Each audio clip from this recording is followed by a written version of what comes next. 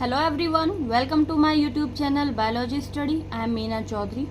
हमारा चैप्टर चल रहा था एनवायरमेंटल इश्यूज, जिसके अंदर हमने लगभग 4 पार्ट्स कंप्लीट कर लिए थे। एंड लास्ट वीडियो में हमने पढ़ा था बायोमैग्निफिकेशन एंड यूट्रोफिकेशन, ठीक है, जिसमें देखा था हमने बायोमैग्निफिकेशन में जो डीडीटी का अमाउंट था, वो जो कंसंट्रेशन है वो बढ़ती जाती है हर जो हायर ट्रॉफिक लेवल से सक्सेसिव ट्रॉफिक लेवल्स की ओर, ठीक है। एंड यूट्रोफिकेशन में क्या होता है, जो नेचुरल एजिंग थी लेक की वो बढ़ती है, ठीक है। आज हम पढ़ने वाले हैं case study of integrated waste water treatment. तो इसमें हम ऐसे इंटीग्रेटेड वेस्ट वाटर ट्रीटमेंट के बारे में पढ़ेंगे जिसकी मदद से वेस्ट वाटर को ट्रीट किया जा सके या साफ किया जा सके, ठीक है। Waste water including sewage can be treated in integrated manner by utilising a mix of artificial and natural process. तो वेस्ट वाटर में क्या इंक्लूड है, सीवेज, जिसको हम लोग ट्रीट करते हैं इंटीग्रेटेड मैनर में, यानी कि एक साथ, जिसके अंदर हम आर्टिफिशियल एंड नेचुरल दोनों प्रोसेस का यूज करेंगे, ठीक है। An example of such an initiative is the town of Arcata, situated along the northern coast of California.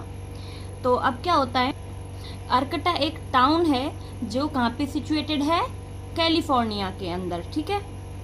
Collaborating with biologists from the Humboldt State University, the townspeople created an integrated wastewater treatment processes within a natural system. तो अब जो ये biologist थे, Humboldt university के जो biologist थे and जो towns के पीपल थे, जो ये टाउन था अर्कटा, इसके जो पीपल्स थे, जो लोग थे, उन्होंने मिलके क्या किया, दोनों ने एक इंटीग्रेटेड वेस्ट वाटर ट्रीटमेंट बनाया जो कि नेचुरल सिस्टम में प्रेजेंट था। The cleaning occurs in 2 stage, और जो ये पानी को साफ किया गया, ये 2 तरीके से साफ किया गया, ठीक है। पहला क्या है, the conventional sedimentation, filtering and chlorine treatment are given, ठीक है। तो सबसे पहला होता है कन्वेंशनल मेथड। कन्वेंशनल मेथड में क्या होता है, जो नॉर्मल जो जनरल प्रोसेस होती हैं वो होती हैं, जिसमें जो जनरल प्रोसेस होती है ना पानी साफ करने की, जिसके अंदर जैसे फिल्ट्रेशन होगा, क्लोरीन ट्रीटमेंट होगा, ठीक है, इनको डाल के हम लोग क्या करते हैं, कन्वेंशनल प्रोसेस करते हैं। After this stage lots of dangerous pollutants like dissolved heavy metals still remain.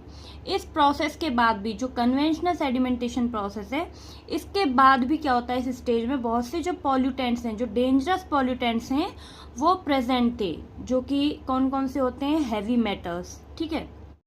To combat this, an innovative approach was taken and the biologists developed a series of 6 connected marshes over 60 hectares of marshland. तो अब ये जो conventional sedimentation था, इसके बाद जो second stage में क्या हुआ, जो सेकंड प्रोसेस थी, उसमें क्या बनाया गया, 6 कनेक्टेड चेन का मार्शलैंड बनाया गया, जो कि कहाँ प्रेजेंट था, 60 हेक्टेयर्स मार्शलैंड में, ठीक है। इतनी जो लैंड कवर था, वो मतलब इतनी जो जगह थी वो उसने कवर की थी। तो इसमें क्या बनाया गया, जैसे कि 1 2 3 4 5 इन 1 2 3 4 5 6, ठीक है। तो 6 कनेक्टेड क्या बनाई इन्होंने, जो मार्शलैंड थे वो बनाए, ठीक है। मीन्स कि दलदल, जो मार्शेस होते हैं वो क्या होते हैं, दलदल।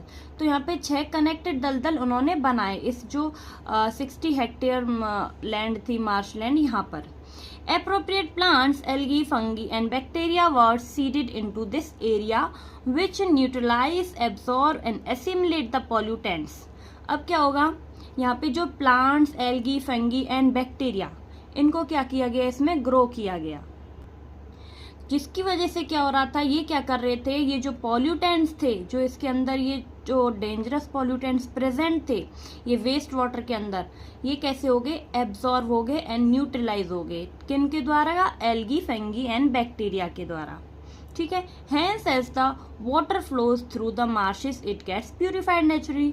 उसके बाद क्या होगा, जब यहाँ से जो वाटर निकलेगा ये मार्शेस एरिया से, तो क्या होगा, वो जो वाटर निकलेगा वो प्यूरिफाई होके निकलेगा नेचुरल तरीके से, ठीक है। तो यहाँ पे क्या हुआ, ये जो बायोलॉजिस्ट थे जो हम्बोल्ट यूनिवर्सिटी के एंड जो टाउन के पीपल थे, अर्कटा टाउन के जो पीपल्स थे, इन्होंने मिलके क्या किया, एक integrated waste water treatment process बनाया जो कि एक नेचुरल सिस्टम था।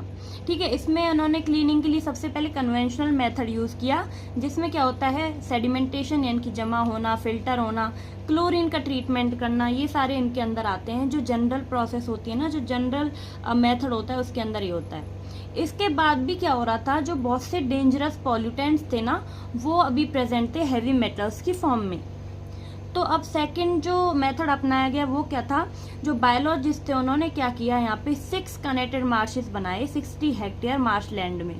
ठीक है, ये बना दिए दलदल एरिया। तो अब क्या हुआ, जैसे ही दलदल एरिया बना उसके बाद इन्होंने क्या किया, कुछ plants, algae, fungi and bacteria यहाँ पे ग्रो किए, सीडेड किए।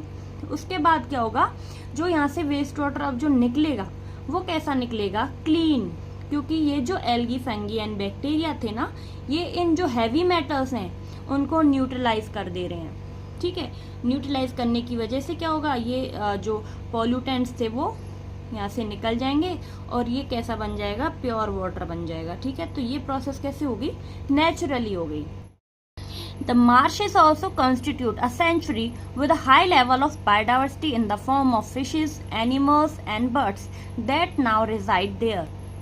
तो ये जो मार्शेस थे, जो ये दलदल एरिया था, यहाँ पे क्या था, सेंचुरीज भी थी, यानी कि हाई डाइवर्सिटी यहाँ पे पाई जा रही थी। ठीक है, किस की, जैसे कि फिश, एनिमल्स एंड बर्ड्स की, ये यहाँ पे प्रेजेंट थे हाई अमाउंट में, हाई बायोडाइवर्सिटी की फॉर्म में। ठीक है। A citizen group called Friends of the Arcta Marshes (FOAM) are responsible for the upkeep and safeguarding of this wonderful project. तो ये जो वंडरफुल प्रोजेक्ट था, ठीक है, जिसकी मदद से यानी कि जिसकी हेल्प से ये जो पानी है इसको साफ किया जा रहा था, इसकी देखभाल करता है FOAM। ठीक है, फ्रेंड्स ऑफ द अर्कटा मार्शेस। ये क्या करते हैं, ये इसकी हेल्प करते हैं, इसकी देखभाल करते हैं। ठीक है। All this time we have assumed that removal of waste is required water, that is the creation of sewage. तो हर टाइम हम ये सोचते हैं कि जो हमारा वेस्ट है उसको रिमूव करने के लिए हमें किसकी ज़रूरत होती है, पानी की। ठीक है, तो जब हम इतना जो एक्सक्रीट है, जो ह्यूमन एक्सक्रीटा होता है ना, हम उसको रिमूव करते हैं तो उसमें हम पानी डालते हैं ना, तो हम ये सोचते हैं, हमेशा यही हमारी दिमाग में रहता है कि जो भी हमारा वेस्टेज है उसको रिमूव करने के लिए हमें पानी की ज़रूरत होती है। ठीक है, और इसी पानी की वजह से फिर क्या बनता है, सीवेज बनता है, वेस्ट वाटर बनता है। But what if water is not necessary to dispose of human waste like excreta? Can you imagine the amount of water that one can save if one did not have to flush the toilet? तो यहाँ पे क्या है, ये questions हैं कि अगर क्या हो, जो हमारा ह्यूमन एक्सक्रीटा है ना, उसको रिमूव करने के लिए हम वाटर का यूज़ ना करें, वाटर नेसेसरी ना हो अगर, तो फिर क्या होगा?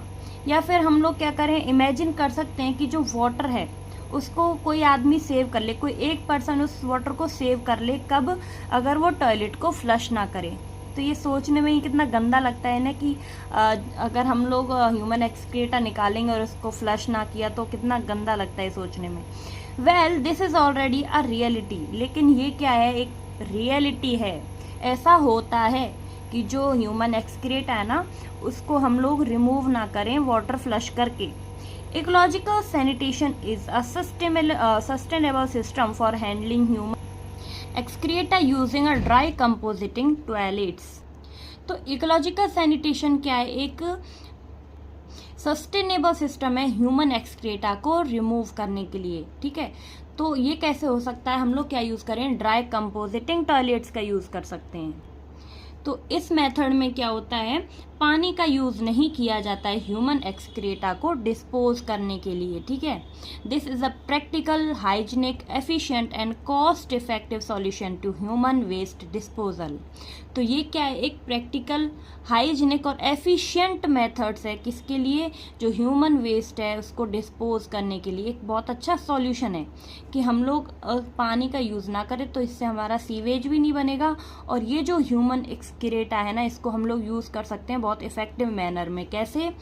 The key point to note here is that with this composting method human excreta can be recycled into a resource as natural fertiliser which reduces the need for chemical fertilizers. There are working eco-sun toilets in many areas of Kerala and Sri Lanka.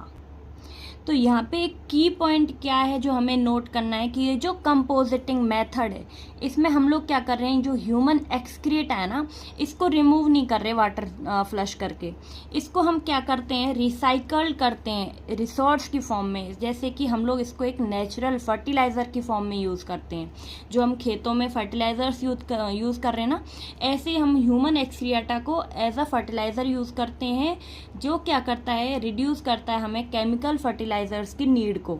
यानी कि इसके लिए अब हमें जो chemical fertilisers है ना उन पे डिपेंड नहीं होना पड़ेगा, क्योंकि ये जो ह्यूमन एक्सक्रीट है इसको हम लोग as a natural fertiliser use कर सकते हैं। ठीक है, और ऐसा होता भी है। जो इकोसन टॉयलेट्स हैं ना वो बने हुए हैं अभी भी जो केरला एंड श्रीलंका के एरियाज हैं ना वहाँ पर। ठीक है, तो इन टॉयलेट्स को क्या बोलते हैं, इकोसन टॉयलेट्स। ठीक है, जिसमें हम लोग क्या कर रहे हैं, जो ड्राई कंपोजिटिंग टॉयलेट्स हैं यानी कि जो एक्सक्रेट आए उसको एज फ्लश नहीं करते, रिमूव नहीं करते, इसको हम लोग क्या करें, रिसाइकल करेंगे और इसको नेचुरल फर्टिलाइजर की फॉर्म में यूज़ करेंगे। ठीक है, ये कहाँ पे होता है अभी, केरला एंड श्रीलंका में। तो आज के लिए इतना ही, सॉलिड वेस्टेज हम नेक्स्ट वीडियो में करेंगे। आई होप कि आपको वीडियो अच्छी लगी होगी। तो ये थोड़ा छोटा टॉपिक था तो हमने 10 मिनट में लगभग इसको कंप्लीट कर दिया है। सॉलिड वेस्ट थोड़ा बड़ा टॉपिक है तो इसमें टाइम लगेगा, इसीलिए आज हम इतना ही करेंगे, ये हम नेक्स्ट वीडियो में स्टार्ट करेंगे। ठीक है, तो आई होप कि आपको वीडियो अच्छी लगी होगी, समझ आया होगा। अगर आपको मेरी वीडियो अच्छी लगी तो प्लीज़ चैनल को लाइक शेयर एंड सब्सक्राइब करें, एंड कोई भी डाउट हो तो मुझे कमेंट बॉक्स में ज़रूर बताएं। अब मिलते हैं नेक्स्ट वीडियो में, तब तक के लिए bye bye, take care, thank you.